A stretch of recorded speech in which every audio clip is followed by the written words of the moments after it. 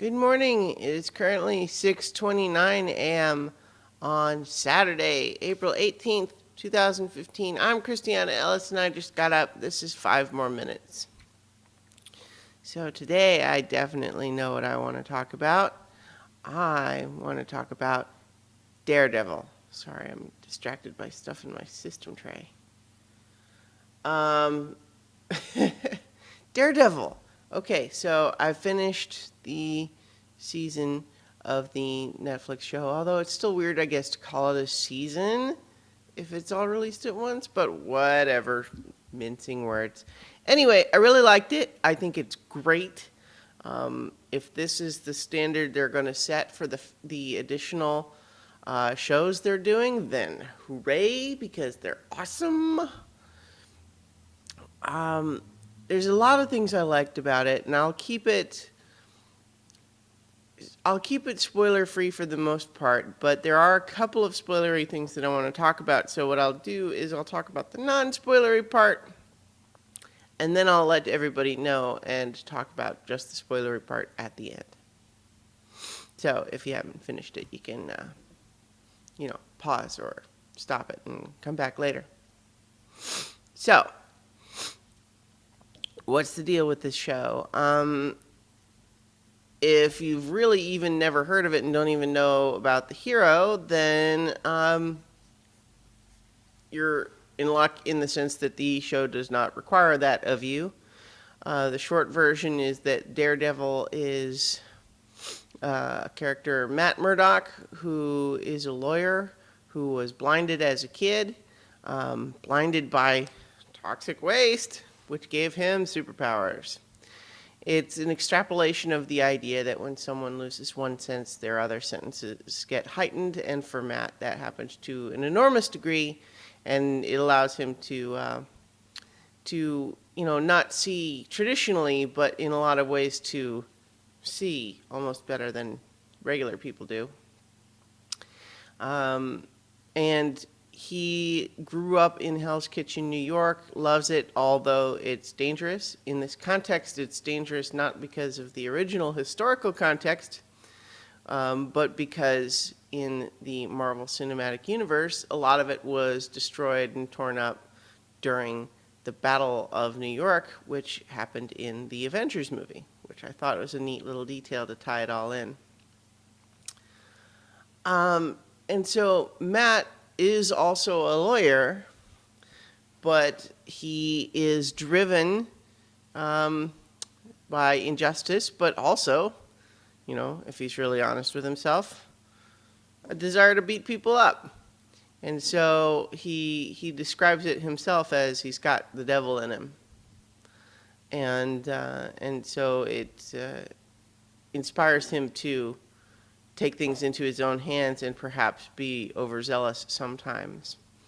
But he's also Catholic, and the idea of not wanting to kill someone is very important to him, although he's willing to go pretty far and do things that ultimately, if they're not killed, it's more or less because he's lucky than because he really was being careful. But at the very least, doesn't want to kill anybody on purpose.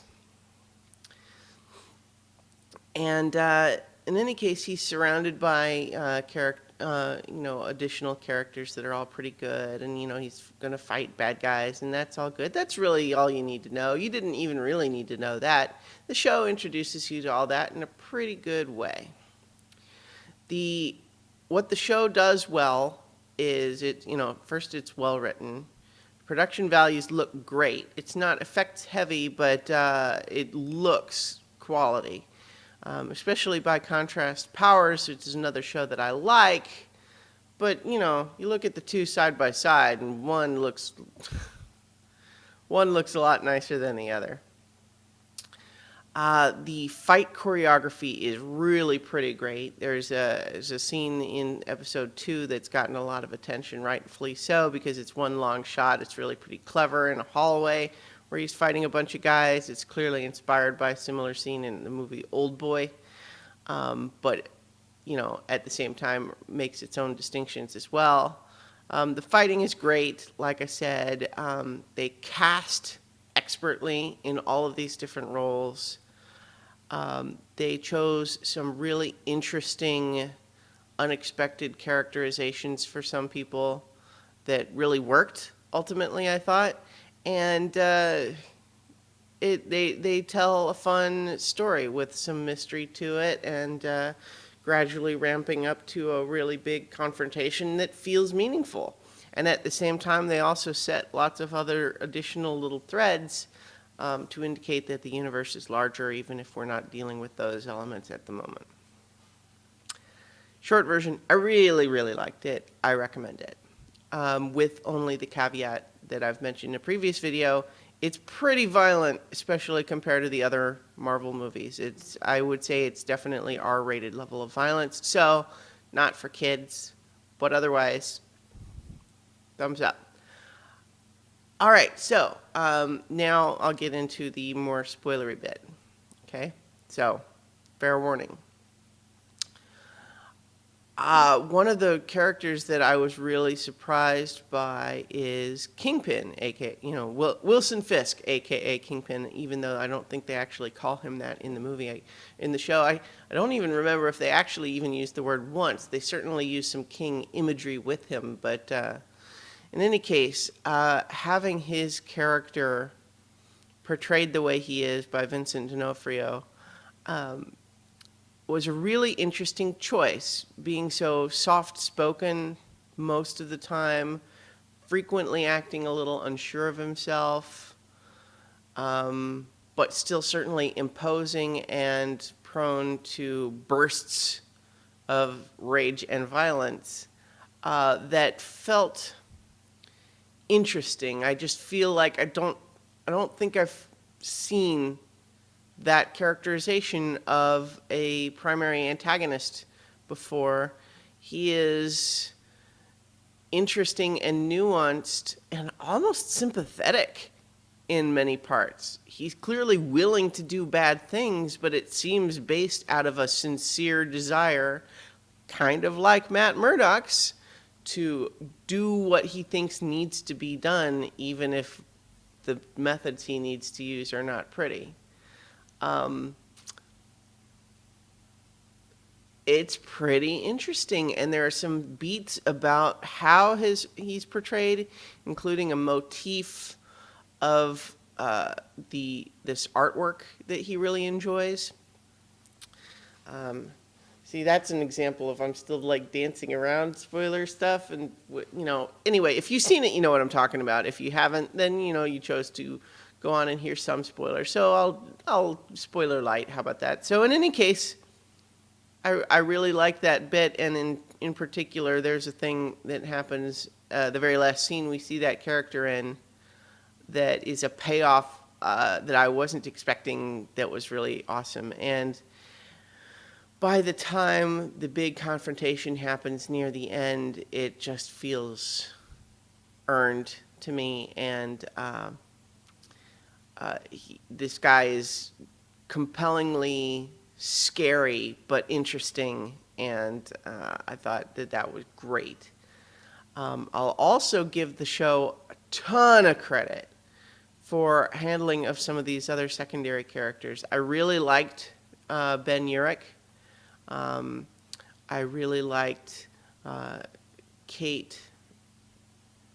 Can't remember her last name now. Kate Page?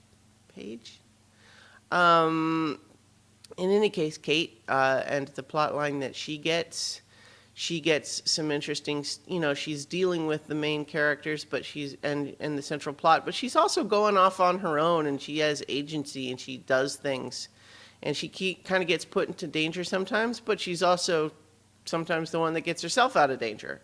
But when things happen to her, she is not some machine that doesn't react to anything. She has responses to stuff like actual people do. And there's also a bit that is, it's a kind of very tropey story beat to happen in any superhero story. So it's not even super spoilery to get to the idea that at some point, Matt's best friend Foggy is going to find out who he is.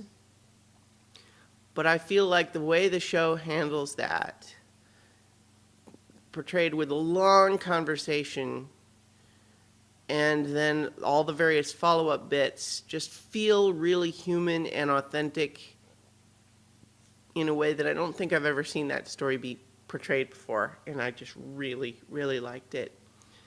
All right, so I guess that's it. I'm all at 10 minutes, but Daredevil, I liked it.